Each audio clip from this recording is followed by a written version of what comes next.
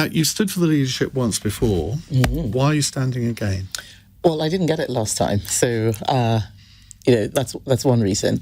But jokes aside, I think that our party is at a crossroads. It is existential. You look at the result we had last time, and there is no guarantee that the Conservative Party is going to exist. So now is the time for us to get serious, to go bold. This country needs us. And I think that I have the leadership qualities that can get us back in contention in time for the next election. So what are those qualities? Because we'll come on to one or two of the things that people say about you, which I'm sure you will have heard many times before. But what qualities do you have which make you stand out from the other three? So I will talk about the things that people tell me they like about me. I've been going all around the country and meeting many members who've been very enthusiastic. And they talk about my conviction, that they know what I believe. I've been very consistent, and I've always rooted my conservative values in principles that are clear. So equality under the law, something that I pushed again and again as Equalities Minister. Freedom, whether it's freedom of speech, freedom of association, free markets, family. I don't think we talk about family enough. Citizenship. And by citizenship, I don't mean just having a passport. I mean caring about a place, wanting it to succeed, caring about the people who are there. And people like the way that I speak. They like that I'm direct. They like that I'm very forthright.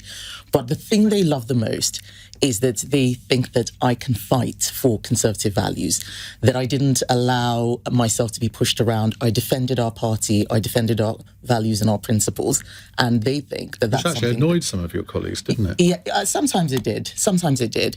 But, this is what we're here for. We're here to fight for things. We're here to fight for our beliefs, to fight for our values, not just to be managers. And I think there are many people who just want a quiet life, and actually they don't really like being politicians. They want to be managers. And my background is in engineering. This is another way that I'm different, not just from the other candidates, but from most politicians who tend to, study politics or humanities. So I think about things very differently. And I think that in the age we are in, the information age, having an engineer can be game-changing. Well, the MP that I used to work for in the 1980s, Patrick Thompson, he always batted for engineers. He was a lone voice in the Conservative Party in the 1980s doing this. And shall we say, he's probably not one of your natural supporters, but he was very excited when he found out that you were an engineer. Oh, really? So what does it mean to be a Conservative in 2024 compared to when I joined the Conservative Party in 1979? It was a very different time. Conservatism can mean different things to different people. It can mean all sorts of different things. How has conservatism evolved, and how would it evolve under your leadership? So it evolves to deal with the challenges of the age that you're in. What's actually interesting is that so much of what is happening now feels very similar to what happened in the 1970s. I think right now our conservatism is going to need to adapt to a world where there's so much integration, in terms of supply chains, and so much, free flow of global capital in a way that we didn't have several decades ago. A world where the borders are disappearing. We have laws that were made for a time when it wasn't that easy to get from one country to another. Those laws don't make sense in this world, and conservatism needs to adapt to that. So if you had internationalism embedded in your conservatism, it's quite difficult to think about having to leave the ECHR, having to leave the Refugee Convention, which are, laws that were amazing things at the time, but which don't work in 2024. And we haven't quite got to a place where we're able to solve them, and we need to do that very quickly. It's one of the reasons why we're out of government, because we didn't get there. Because you've been quite careful not to commit to withdrawing from the ECHR, unlike a couple of your rivals. Yes, and this is one of the challenges that I have, that quite often I take very nuanced positions. I am somebody who is firmly on the right of my party, but I understand how people who are not on the right, whether in politics or out, think. And I think that if you talk about leaving the ECHR without making sure people understand the problem, all they will hear is, oh, you don't want human rights, which is not the case. I actually think that if we are going to control our borders, we probably will have to leave the ECHR. And if I'm leader, if leaving the ECHR is what we need to do, I will do so. but I don't think it's the first step. There are countries that are in the ECHR who are able to deport their criminals. We need to ask why it is that we aren't able to deport people here who need to go. And it's not to do with the ECHR at the first step. It's to do with the people who are doing these jobs, who don't really want to be doing that.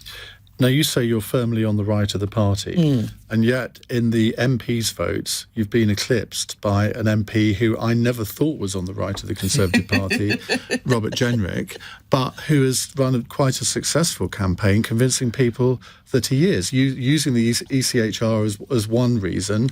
He resigned over immigration policy. You were expected to be leading the field at this point, and yet he is. Why is that? Well, several reasons why, but the first is that the contest, the MP stage isn't over. It's an iterative process, and I'm very sure, as we saw in the last round, that I will keep doing better and better. But the first thing to remember is that we had an election where 2/3 of the MPs lost their seats. Quite a lot of my support was in that cohort. It's not something I talk about. A lot of my friends are gone, and that had a bigger impact on me than on other candidates, I think. And I'm still second, so I'm not that far behind Rob. But the second reason, which is more challenging, is that I don't tell people what they want to hear. So I'm not offering jobs. I'm not saying support me. They all say that, though. And then, you find out afterwards that they have. But one of the reasons why I'm not right at the top is because I'm not offering jobs. I think it is important that we make sure we can bring the party together. And that's going to mean that even some people who didn't support you will have to be in the team. Not offering jobs gives you more flexibility. Otherwise, you end up just having a team of loyalists, which we've had before and which broke down quite often with the last a few prime ministers we had. We saw that happen quite frequently. You just said a moment ago that you're firmly on the right of the party. Yes. The British electorate is not firmly on the right. I'd say most people would probably describe themselves as somewhere in the centre, whether it's centre-left or centre-right. What does being on the right mean? Because it implies, I think, with a lot of people, that you want to privatise everything, that you are a sort of culture warrior, that you're not a social liberal, you are a social conservative with a small c, don't believe in equality for gays, or so you're anti-abortion. All of these things, those are associated with the word right. That's right. So what it means for me is, starting from those principles I talked about, being authentically and visibly conservative and not compromising on those values in order to win votes from people who probably would never support you. That's how I think about it. So, you use the phrase socially liberal. This is an interesting phrase for me because I have found that what was socially liberal 10, 20 years ago is now socially conservative. Like what? A really good example is gay marriage. I'm somebody who always supported gay marriage, but being supportive of gay marriage doesn't make you socially liberal. Now what's socially liberal has moved beyond that. It's now about whether you believe someone can self-ID into another gender. That's something that I don't believe in. So now that makes me on the right of the party. So that's one example. When it comes to things like border control, I am very much on the right of the party. I have very strong views about what a nation is. It's about sovereignty and control. It's one of the two reasons why I voted Leave in the 2016 referendum, when I saw that Angela Merkel could create 1 million European citizens, EU citizens, and any country could do that. I thought, no, that's not what citizenship is. I don't like this, and I think that we need more control. As it happens, we did a less than good job at taking that control and using it properly. And those are one of the things that I would want us to change, how we govern as well. So those are some of the reasons why I place myself firmly on the right of the party. It doesn't mean being a headbanger. And one of the things I want to do is reclaim the phrase right wing. It's used now in such a pejorative way, and I don't think it is pejorative. I think it's just explaining a side of the political spectrum. Virtually everyone I speak to about you and the leadership contest, they all think that you are a culture warrior. That's the phrase that they associate with you. Now, you were Equalities Minister for quite a long period, actually. Why do people think that about you, do you think? because I did my job and I did it well. So equalities as a ministerial role is where so many contentious social issues sit. Race relations, anything to do with sexuality,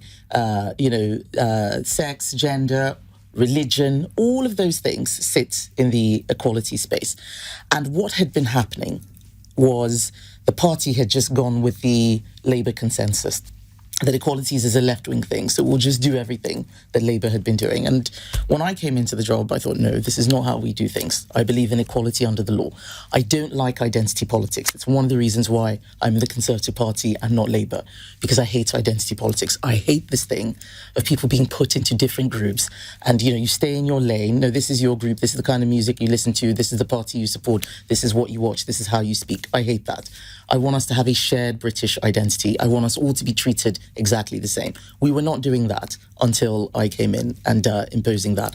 But it means fighting a lot of battles because people feel strongly about those issues.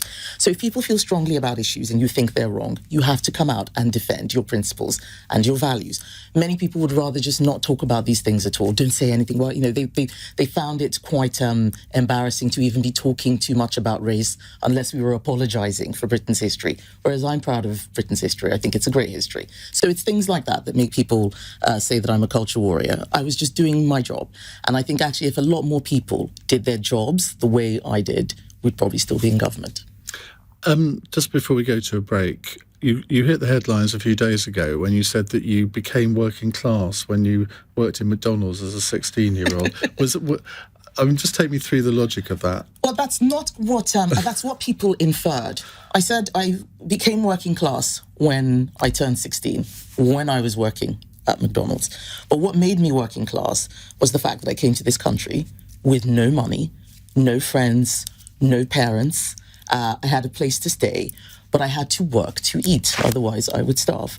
And that, in my view, is what that means. But in your childhood in Nigeria, you came from a very middle-class background, so what I said was that I grew up in a middle-class family, but coming here, I became working class. My dad gave me his last £100. He said, this is all we have, because all our money was gone. And this is one of the things that people don't understand, that because I've lived somewhere else and I've seen how things can go wrong, I have a very visceral reaction to bad policy here. I lived in a country where there was hyperinflation. My family's money was inflated away. It turned into nothing. I watched a government put in left-wing policies that destroyed the economy. There was capital flight. People wanted to leave. They couldn't get out.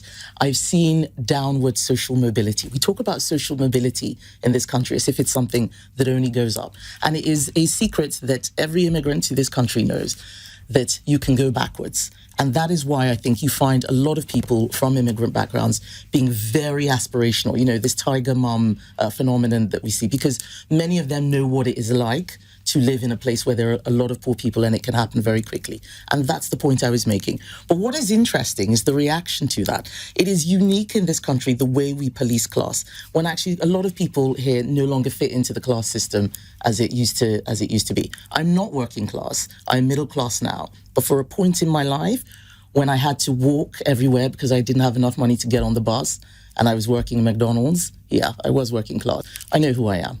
And I was working class at that time, but I fought my way back up. And just finally on this, what did you learn from working in McDonald's that you can apply to being leader of the Conservative Party?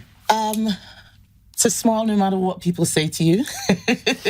You get a thick skin from doing any kind of job that is public-facing. I don't think any job really, to be honest, gives you as thick a skin as being a member of parliament. But you learn to do that. You just learn to not create a status for yourself. There's a humility that comes in doing that job that I think is important in public service.